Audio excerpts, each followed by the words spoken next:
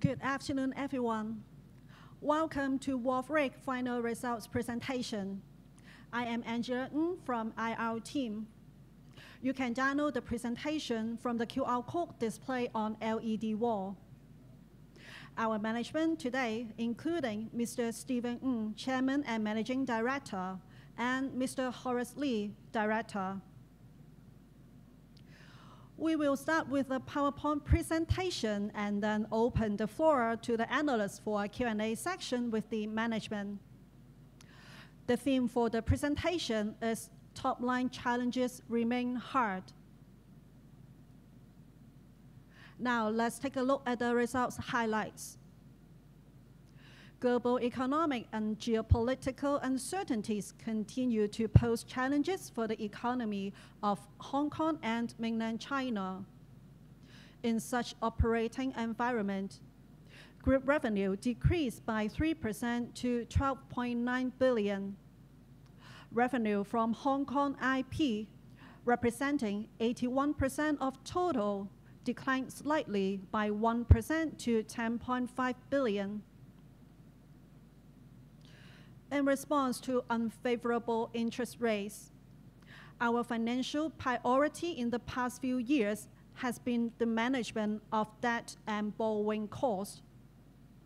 During the year, net debt decreased further by 2.1 billion to 34.2 billion. Gearing ratio further improved to 17.8%. Net borrowing cost has peaked, decreasing by 10% year-on-year. While Hong Kong's economy shows moderate growth, demand for commercial properties remain weak, leading to a 3% decline in the total value of our investment properties. In 2024, the strong local currency and gradual pace of interest rate cuts continue to dampen both business and consumer confidence. Notably, Hong Kong dollar against the RMB and Japanese yen hit decade high. Together with the continued strength against other currency, has weakened Hong Kong's competitiveness for both tourists and locals. As you can see from the chart, overall recovery of Hong Kong visitor arrivals remain incomplete and uneven comparing to the pre-COVID. Hong Kong retail sales also saw a slow recovery with 7% decline year-on-year, mainly driven by consumption downgrade from key markets and local spending leakage abroad.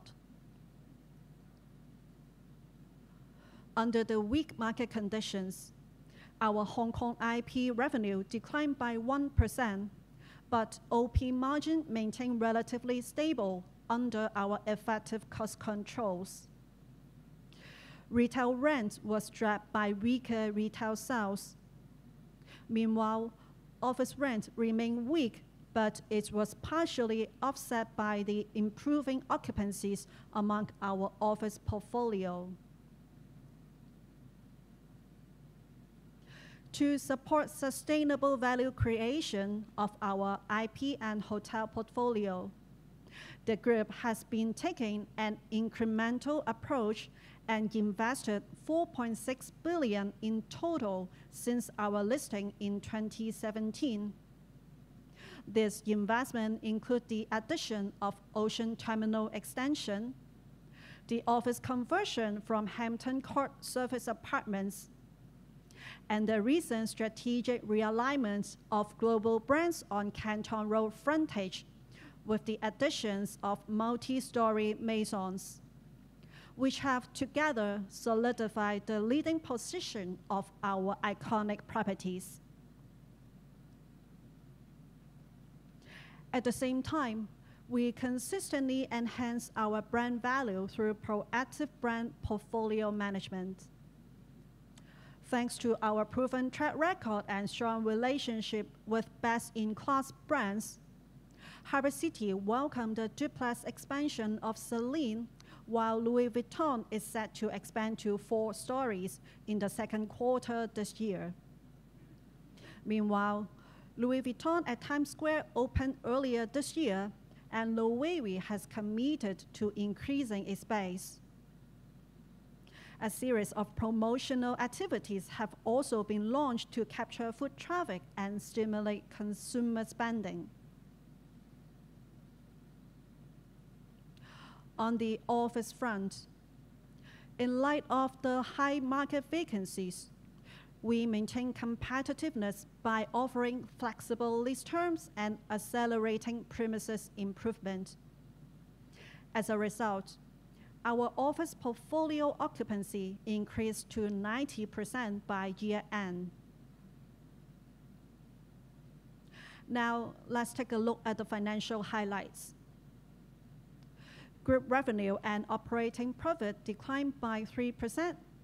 However, thanks to improvement in non-core DP business and a 10% reduction in borrowing costs, group UMP increased by 2%. Non-cash and unrealized net IP revaluation deficit widened, but cap rate remained unchanged and conservative. Since listing in 2017, we have been completely upfront and consistent about a distribution ratio of 65% of core UMP as a policy. Full-year DPS was $1.24.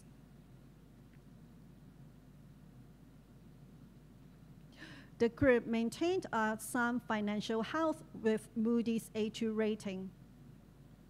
Net debt is at a record low of $34.2 billion, down by $17.8 billion since the end of 2020.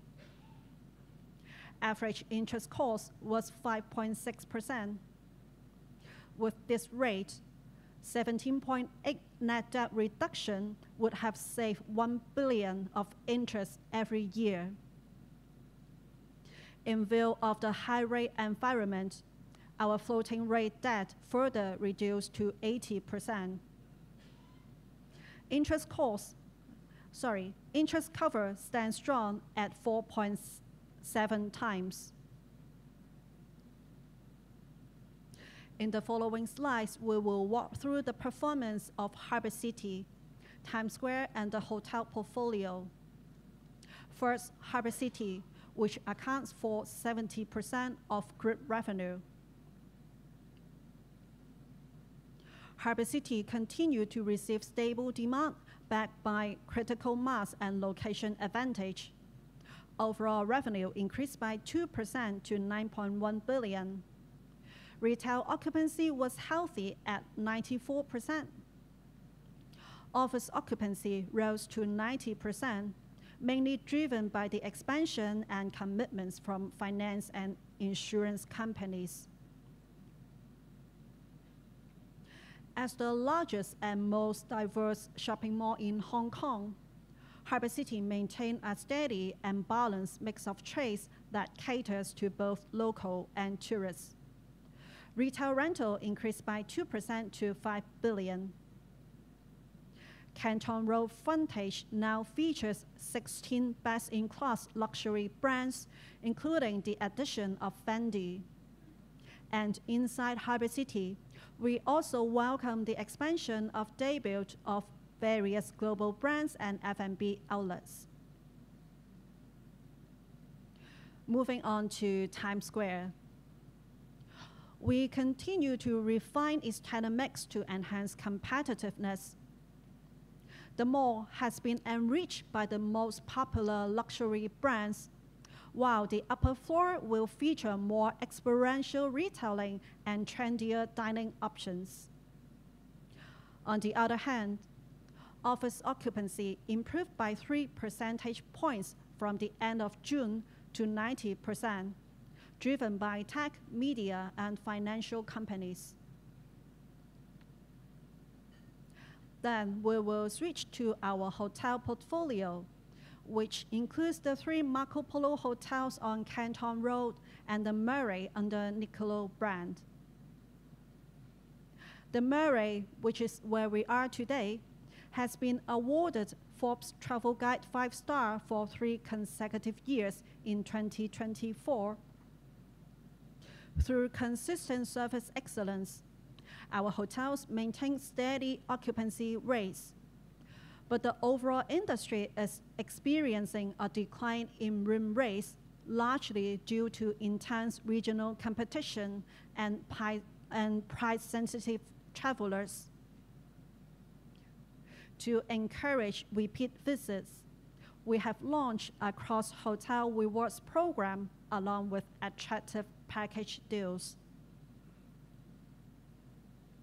Moving on to general outlook.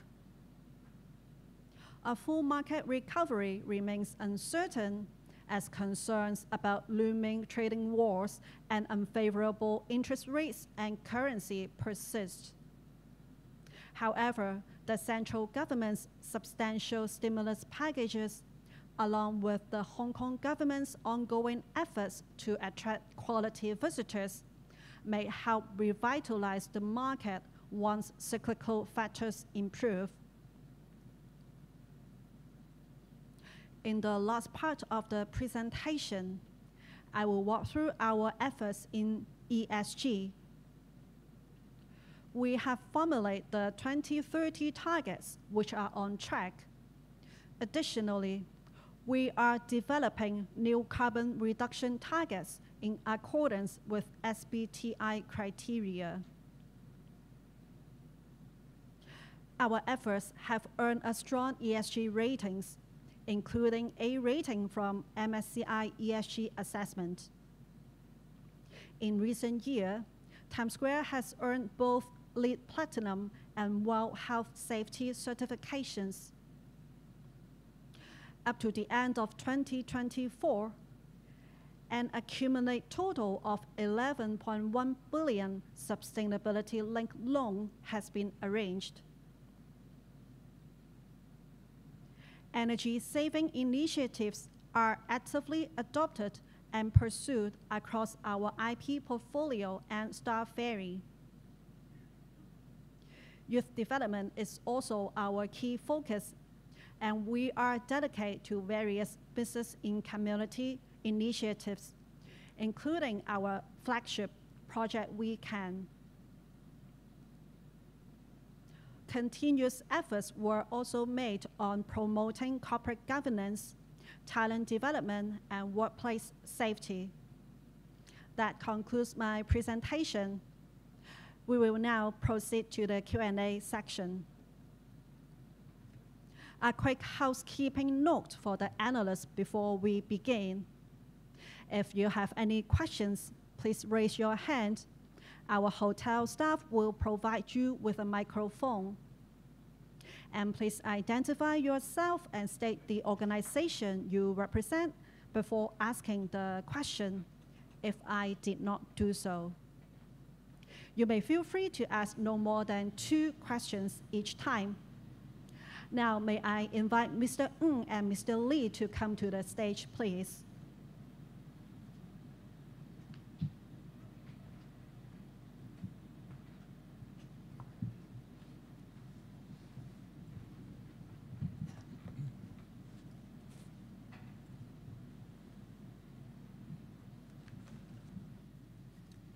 So now may we take the first question from the floor.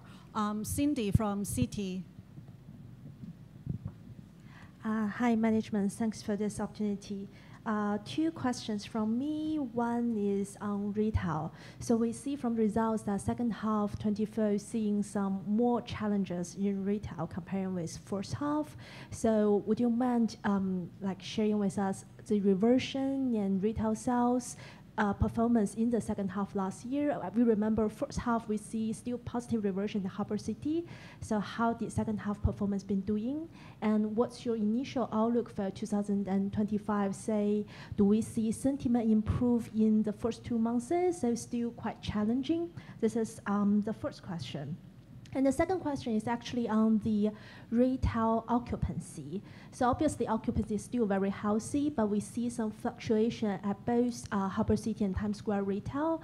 Is it more a function of some proactive tenant remixing, or what's the reasons behind, and how's your plan in, say, retaining the brands, or say, attracting more brands this year? Thank you. Thank you. The retail market in Hong Kong, as you know, is going through a downward trend. It's experiencing a downward trend. And that started actually from March or April 2023. And ever since then, the year-on-year growth, quote-unquote growth, has been negative, with the exception of course, January and February of last year, because they compared to pre-opening January and February. So this is general knowledge, and I don't need to dwell on it. And at Harbour City and Times Square, we're not performing too differently from the market. Generally, it's been down. And we don't, looking ahead, first of all, we don't yet see improvement in the first half of this year. The first quarter is almost behind us, and we know there is no quote-unquote good news. And the second quarter may surprise us, but given that we haven't started to see momentum yet, even if the second quarter does improve, it will take a little while for the full impact of it to be realized. So that is the way we look at the retail situation in Hong Kong in the first half of this year. Second half is difficult to predict. The US president is toing and froing, and it makes the forecasting extremely difficult, if not impossible. The two sessions in Beijing produced favorable comments from certain quarters, from a number of quarters, but we have to see how quickly and how significantly that would translate into real dollars and cents at the Hong Kong level. So I can't predict with any measure of certainty what the occupancy going forward would be, or the rental would be, other than to say that I am not optimistic about the first half of this year. Second half, hopefully, I don't know, not yet. Retail occupancy. Yeah. Occupancy. Okay, thank you. May we take the second question from Kao Chen, JP Morgan. Thank you very much, management. On Hong Kong retail, just a follow-up question. Just curious if you can share a bit more colors on the performances by category in the past, let's say, past 6 months. Is luxury doing better, or is it like, F&B, or is it other retail? Yeah, can you share a bit more colors on that? And then with that, do you think we would need to do even more trade mix upgrades or trade mix changes in the coming year? So that's my first question on Hong Kong retail. And then the second question is more on AEI. Just curious, in the coming year, do we plan any AEI? I guess from our side, we have always been anticipating some sort of AEI in Times Square because as we see, the rental income in Times Square has been still declining. So just curious, do we have any plan for Times Square for the next 1 to 2 years? Thank you. Good, thank you. AEI and retail.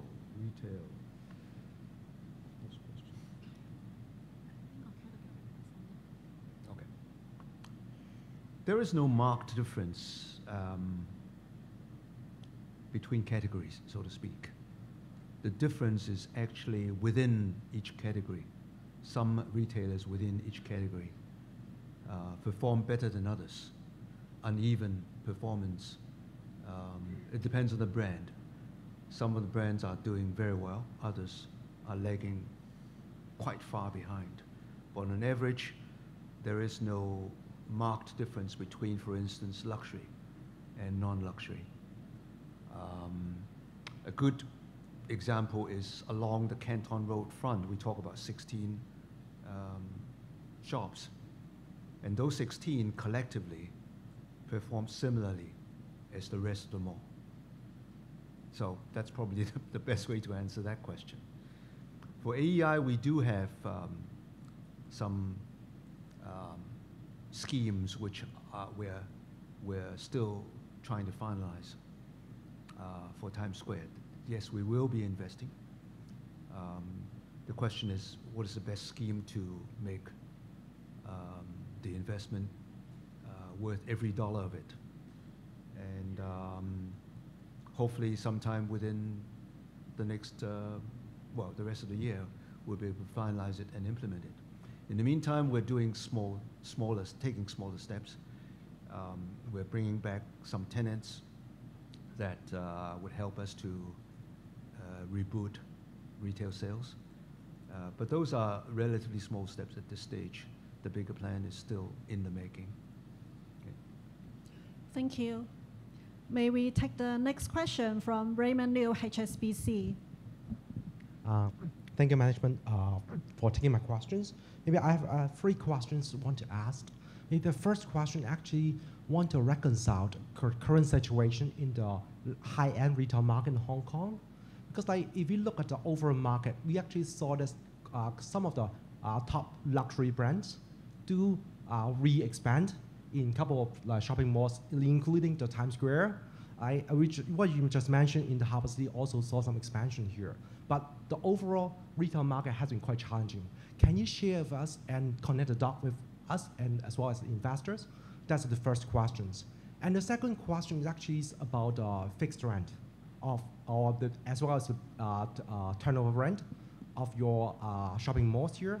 Because do we see the fixed rent continue to receive positive rental reversion, or there are some challenges going forward?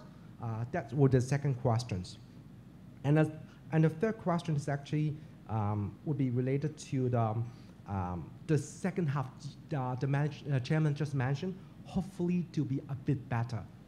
Can you share a bit more color that what are the key things that you are looking for other than the policy from the mainland China, or anything that you want to focus more that we see some improvement in the retail and tourism market down the road? Thank you. Okay. Thank you. Now, to be fair, Angela suggested 2 questions. You asked 3. I give you a choice. Which 2 would you like me to address? First 2, okay. And we can come back to the third later on if there are no other questions, okay? For luxury retail, what we see is overall consolidation, i.e. most brands are looking for a smaller exposure in Hong Kong, generally, but they're becoming selective. So some of them are expanding at those locations which they consider priority, while downsizing, if not closing, other locations. And hopefully we'll be one of the landlords benefiting from this process of consolidation. So far, we're doing reasonably well, but there is competition, clearly. And on the question of turnover rent versus fixed rent, turnover rent certainly dropped in the year 2024. Part of it is because of the when new leases were written, the base rent increased. So part of it was because of conversion of turnover rent into base rent. Whether or not we can continue to see that same trend of conversion from turnover to base, I can't be very confident. I think in some cases we will see that, but in other cases we may see the reverse. So overall, I would think that the base rent portion would probably be stable, and the upside or downside will come in the turnover rent in 2025. Thank you. May we have the next question from Carl Choi, Bank of America. Hi, a couple of questions. First, could you discuss with us, share with us the occupancy cost that you saw in 2024, and is that sustainable? And whether, or in view of some vacancy, is there a chance that you actually need to lower some rents in order to boost the occupancy, sort of in terms of the outlook? And second is the percentage of debt that is floating rate went down to 80%. What's the expectation for 2025 if you do see more chances to fix more of your debt? Ideally, how much would you want to fix? Okay. Occupancy cost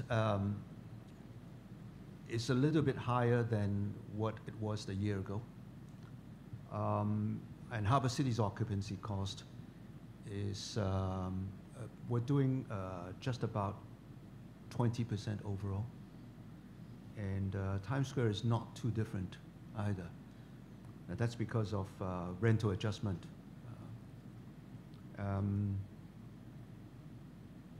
But again, there are great variances from tenant to tenant. Some of our major tenants are reporting occupancy costs of single digit. But there are others that are reporting triple digits. But overall, it is about 20%. Now, clearly, you would ask, and I have asked the same question, why are they still there if they're paying in rent as much as they get in sales? I'm asking the same question. Clearly, we need, these tenants will either have to improve their sales, or they have to have a good reason for continuing to be there. Maybe there's an advertising value in it. Maybe there are reasons, we don't know. Or hopefully they're not underreporting their sales. Debt. We don't have a fixed target as such to reduce our debt. It's a natural process of debt reduction. It goes back, I suppose, in a way to when we listed, we structured the listing vehicle to be not a REIT, but a REIC, because we never liked the REIT code, which was rigid about distribution at 90% or higher. We didn't think that would allow the company to manage its debt down when interest rate goes up. And so at the IPO stage, we made it very clear that our dividend policy is 65% of our core earnings, i.e. Underlying net profit, the basic earnings from Hong Kong, IP, and hotels. And that allowed us to claw back the remaining 35% into A, CapEx, B, debt management, which was a good reason why we were able to reduce our debt by $18 billion in the last 4 years, at an interest cost equivalent to about $1 billion last year. So how much we can reduce our debt in 2025 can be quite easily calculated. Again, take our underlying net profit from Hong Kong IP and hotels, assuming it's not too different from last year. 35% of it will be cash that we can plow back into repaying debt, minus, of course, capital expenditure. We do not expect very large capital expenditures in 2025, because even if we go ahead with the Times Square expenditure, the bulk of it will probably not happen this year, or payment of it in any case. So more or less, it's a natural progression which you can estimate. Thank you. Any more questions from the floor? Simon Jan from Goldman Sachs.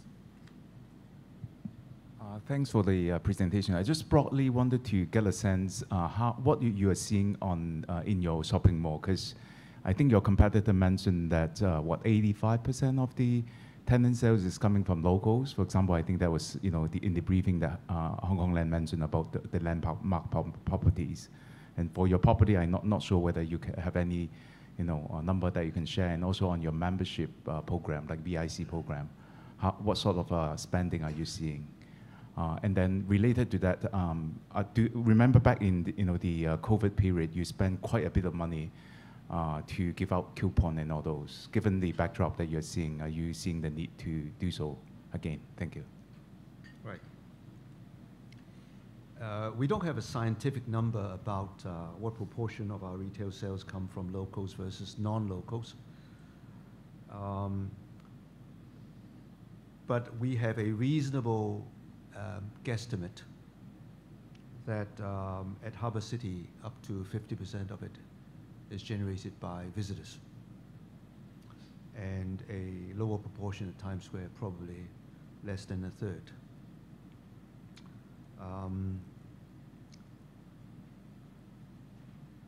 VICs, we call VICs, I don't know what other people call them, do not contribute a great part of our sales, because particularly for the visitors, unless they are frequent visitors, they wouldn't care to join loyalty programs. And that is why I think overall our VIC proportion is probably lower than what some of our competitors claim. Coupons, we have no intention at this stage to restart coupons.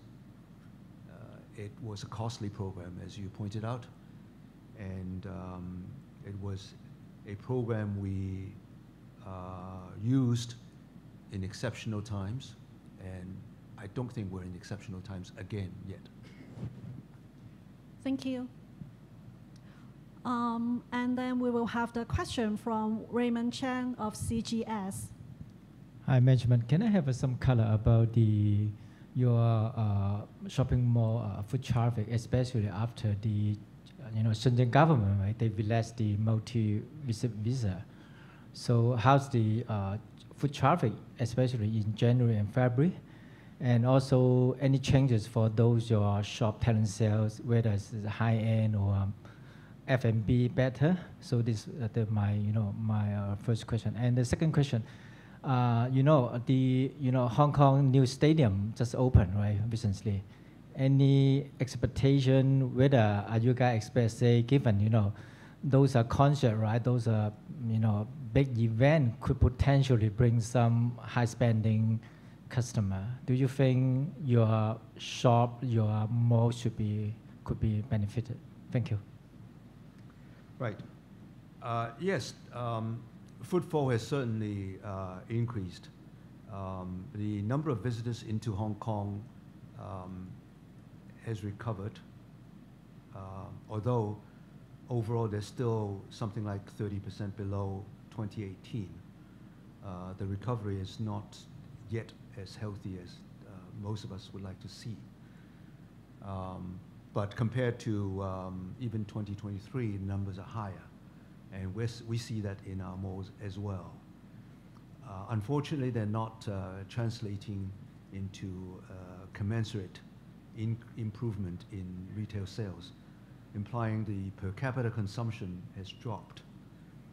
And we're no different from our competitors generally.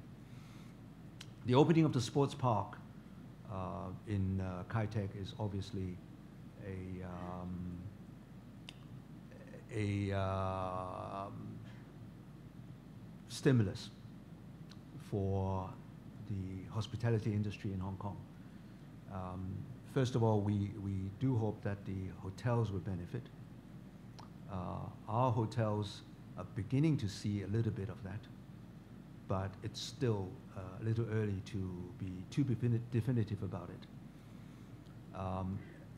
It will hopefully also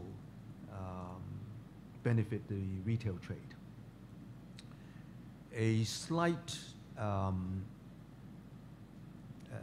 upside too, an additional slight upside too, I hope, is when the multi-visit visas, rather than one visit a week from GBA, right now it's limited to Shenzhen.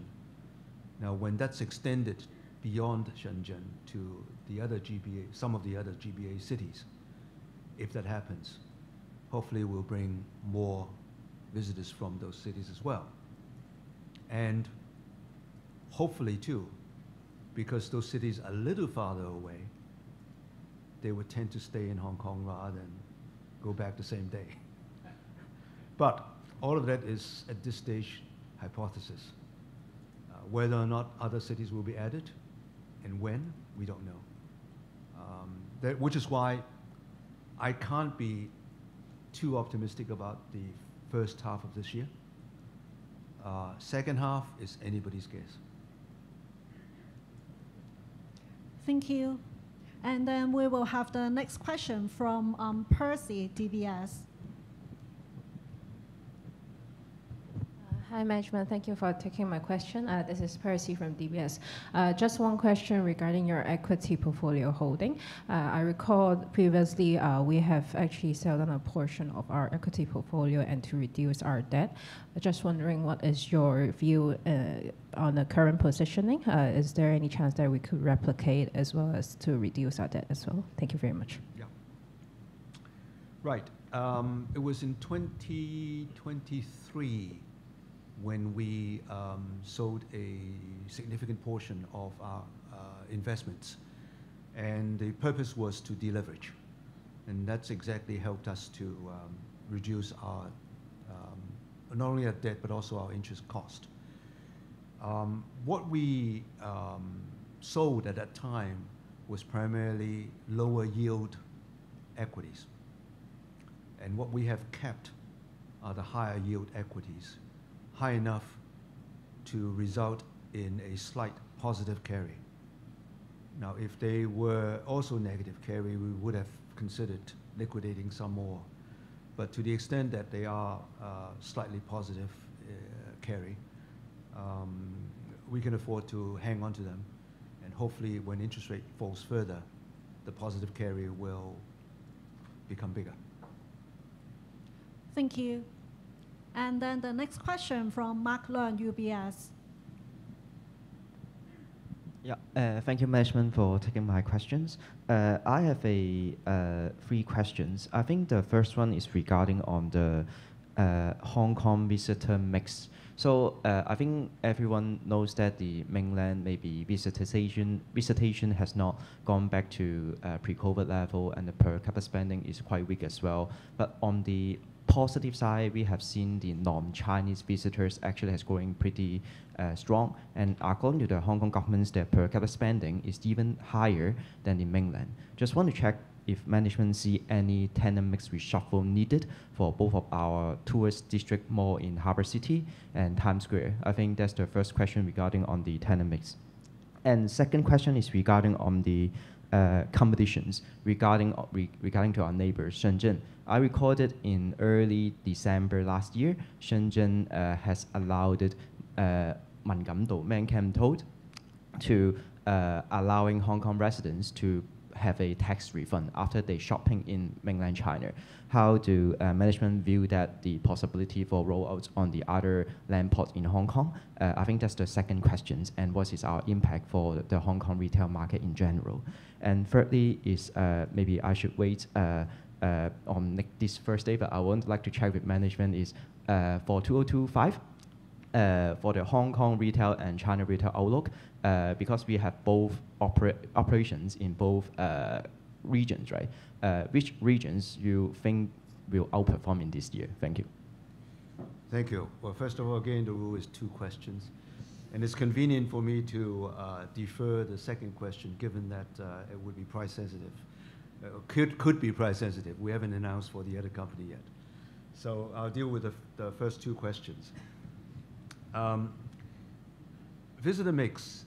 There are a few destinations, or rather a few source markets where visitors recovery has exceeded 100% or are very close to 100%. The Philippines is one of them, certainly Macau, Thailand, Taiwan as well. Taiwan, Mm-hmm. and we see ourselves benefiting from them as well. In particular, our hotels in Harbour City, for historical and other reasons, they've done well in some of these markets, the Philippines and Thailand. So we're doing not too badly in that regard. The tax rebate in Shenzhen, as far as we know, it's not been a significant factor. The volume is relatively insignificant as far as we know. So I don't think it's had much impact on Hong Kong retail sales. Thank you. Due to concern of time, we will receive the last question from the floor if there is any.